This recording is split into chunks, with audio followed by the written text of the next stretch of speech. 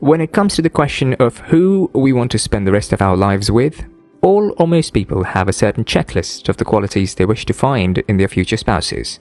Tall, dark, lanky, rich, muscular, funny, heroic, and others are all admirable traits in guys, while many men would love slim, beautiful, angelic princesses. The long and short of it is that we all have our various preferences that might affect who we consider fit to be a spouse. And this is just normal for most people.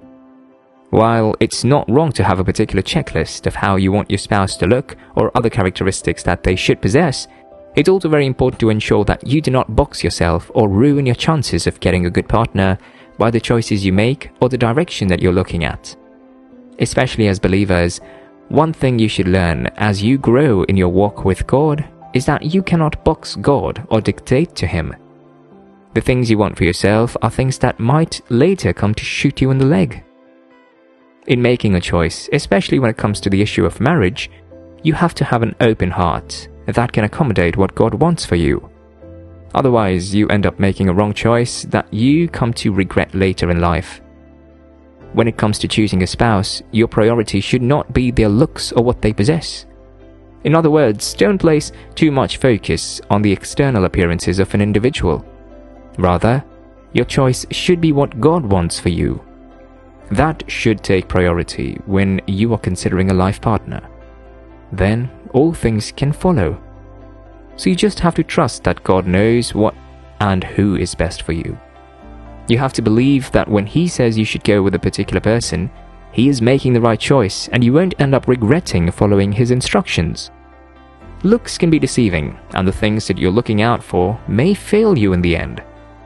Beauty is not a guarantee of a beautiful marriage, nor do riches secure a home. Otherwise, why do many beautiful ladies end up in homes where they're being abused, and why do the rich often divorce each other at the end of it all? Moreover, all of those things are ephemeral and can fade within the twinkling of an eye. Beauty fades and accidents happen that can cause a once lovely face to become something irritable. Money can also develop wings, and a once rich man or lady can become bankrupt or go into poverty faster than you can blink. If these were your reasons for marrying that person and eventually those things became non-existent, what would become of your marriage? You need to stop looking in the wrong direction and begin to focus on what matters. That's the only way you would get the one God has prepared for you. Don't get twisted. The standards of God have not changed, and they are very much the same from generation to generation. The first thing we need to know as believers are that your husband or wife is not out there in the world, that is, an unbeliever. So there should be no room or space when you begin to consider an unbeliever or as a spouse. That's looking in the wrong direction. You have veered off the path by doing so. When you become involved with an unbeliever, it's only a matter of time before you stray from the fold yourself. And there is just no way you would meet with the one that God has ordained you to be with. Sure, we were all sinners at one point or the other in our lives, but the moment one gives his life to Christ, there is a division between you and others out there. Many young men and ladies get entangled emotionally with people that are not of the faith and then take on themselves the project of converting that young man or lady. The truth is that most often than not, this does not work out. So you need to stop looking in that direction. Get hold of your emotions and be focused on what God has in store for you. The fact that nobody is asking you out yet or seeking to be in a relationship with you currently is not an excuse either. Wait on God, and you can be sure that when the time is right, He will give you the best. Sometimes we think we know what's best for us, but that's not true.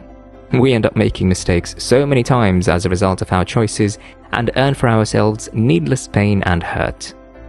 Contrary to what people say out there, you can get it right once, but that's if you're looking in the right direction. You don't have to go through the trial and error kind of relationship that is prevalent today, and you don't have to experience pain or heartbreak before you find the right one for you. There's just no need to get unnecessary scars before you get the gold. You can ease yourself all of that stress by going to God and letting Him choose for you. In this case, you've got nothing to lose and everything to gain by seeing things the way God sees them. Don't follow the crowd and stop looking in the direction that every other person is. That would only land you in the situation of the common general, which is usually heartbreak and divorce in marriage. You might want to avoid this route by going in the direction God wants you to, even if it might take some time. God knows what is best for you. Believe it or not, He understands and knows you better than you know yourself. He knows who fits your personality and temperament. He knows who will be able to accommodate your weaknesses and flaws.